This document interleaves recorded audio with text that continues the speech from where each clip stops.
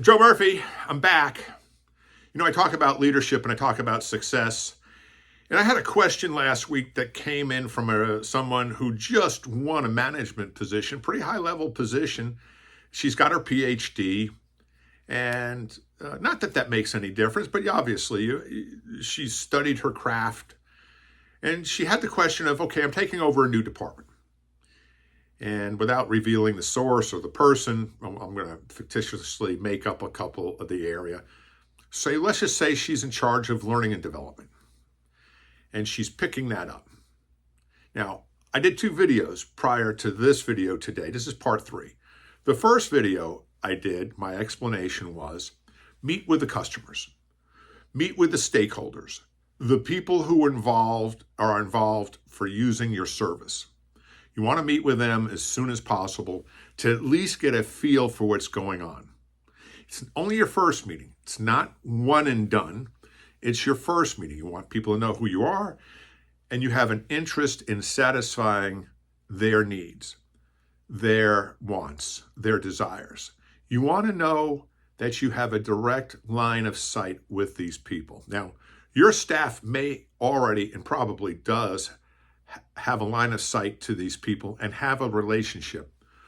You don't want to necessarily wrestle the relationship from your staff, but you want to make sure that there's a conduit from the users or from the stakeholders to you, that they know they can approach you.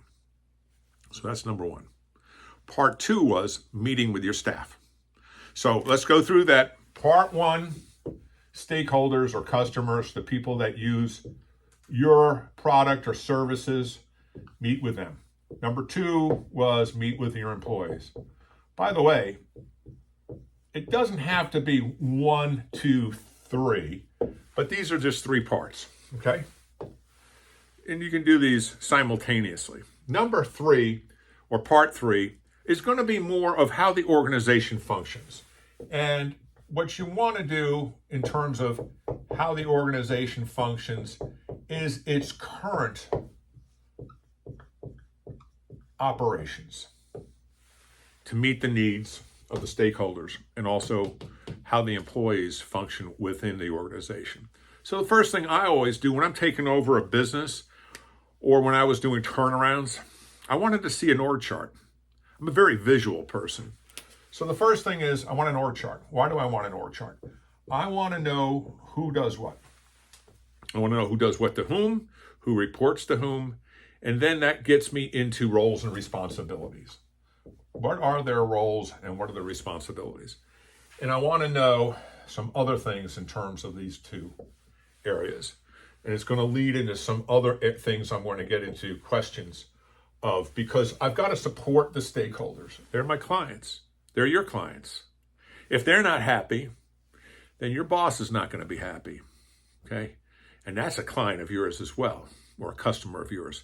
In fact, your boss is your number 1 customer. If you're reading this or watching this,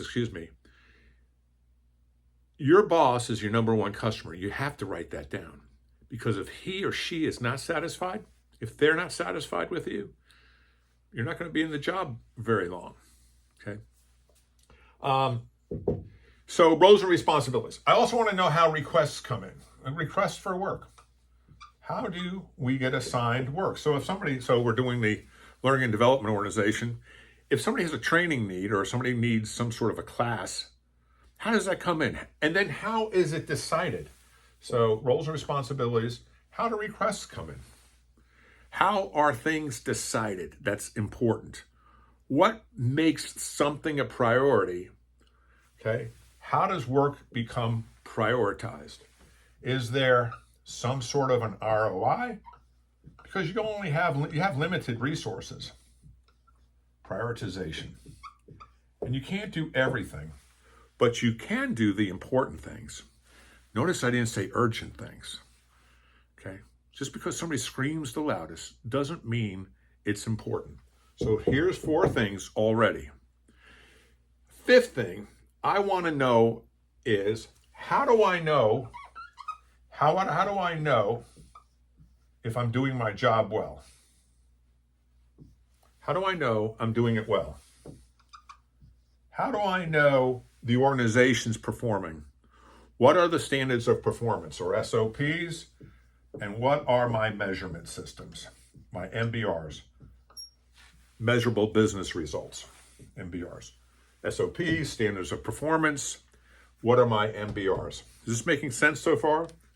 Is this, because I've only got limited space on this video, can I erase it? Okay, I'm going to erase it. Okay, so I got 5 there. I want to make sure I have an operational structure in place, and I'm looking for gaps. So this is not a number, but I'm looking through the lens of gaps. What's working, what's not working? Here's our goal. Here's our intention. And then there's a gap. The gap tells me what I need to fix or need to improve upon, or how do I replicate it? So I have this running in the back of my mind as a consultant. All right, so I talked about roles, responsibilities, how do requests come in, how do we prioritize requests, how am I measured, we haven't got KRAs yet, but measurable business results, MBRs, and standards of performance. What's our improvement plan? And I guess this is number 6. How do we improve? What are we doing to make sure we're a learning organization? We're a learning and development organization, but what are we doing to make sure we're on top of our game? You know, when you're doing something after a while, you get pretty dull. The blade gets dull. So you want to make sure there's an improvement process that goes along with everything. I'm looking for MBRs. I mentioned that a minute ago, but there's also service level agreements. I want to know if there's service level agreements, SLAs. So I want to see what those are. And if they're the right ones. This is critical, because don't accept service levels, and this is for everybody.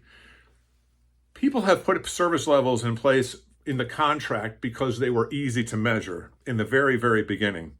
But as a contract or any kind of project goes on, service levels become antiquated, or they become table stakes. In other words, we do these all the time.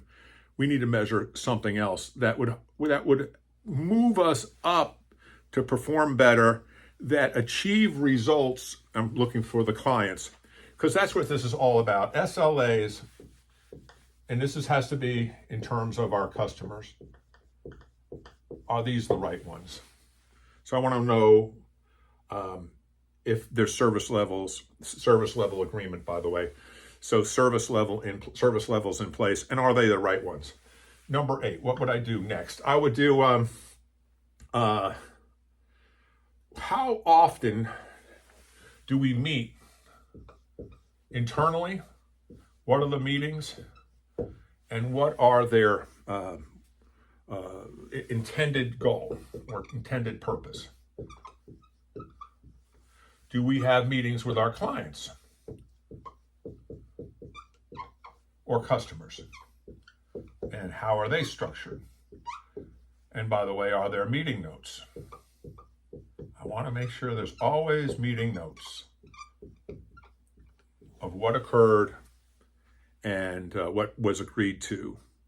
So this way, there's no miscommunication. And that's number 10. Communication. How do we communicate within our structure and also outside to our customers? How do we communicate internally, and how do we communicate outside? So those are the things. If I'm coming into an organization cold, I want to see these things. One of the things that people do is they think there's a honeymoon period. There is no honeymoon period. That's a fallacy. If you're coming in and thinking, oh, I just started, I'm sorry. The world's changed. Honeymoon periods were for the 1950s. You've got to hit the ground running. If you're not hitting the ground running, then you're not aware of the implications and the need to customers. Because if they're on the front line, they don't have a honeymoon. They're dealing with customers. So you have got to rise to the occasion to be at the same speed and velocity as the people you support. Okay, last one. This is important. What are the values? I mentioned in part 1 and part 2, values, I think I did. Values, things that you believe in, things that are important to you. If you're coming into the organization, you might say, you know what, if we ever make a mistake, I want to hear about it. That's important for me to hear about it right away. If we've made an error, and then we can fix it. But I want to know about it. I don't want anybody covering up. That's an important value. But then you have the values of the company or organization. I'll just call it organization. And you want to know how these values are flowing into your department. And if you're creative enough, creative sounds like the wrong word, but you can take your values and align them to the values of the organization. It's not difficult to do. Values of organizations are pretty much the same, whether you have 5 or 6 or 7. I've seen some organizations have 10. I think that's a little bit, I think anything over 7 is a little bit too much. But integrity and honesty and being open and being accountable, those are values that you're going to find in most organizations. And you as an individual, as the leader, will be able to adapt those organizational values to your values. But you got to explain what those values mean in terms of what you need from your people. I'm Joe Murphy, and I hope this helps you when you get hired. And if you have any requests about anything else you'd like for me to expand upon, I will. Just put them in the comments or direct message me, or however you get in touch with me. Smoke signals, telegraph. But I am here for your success. Thanks for watching.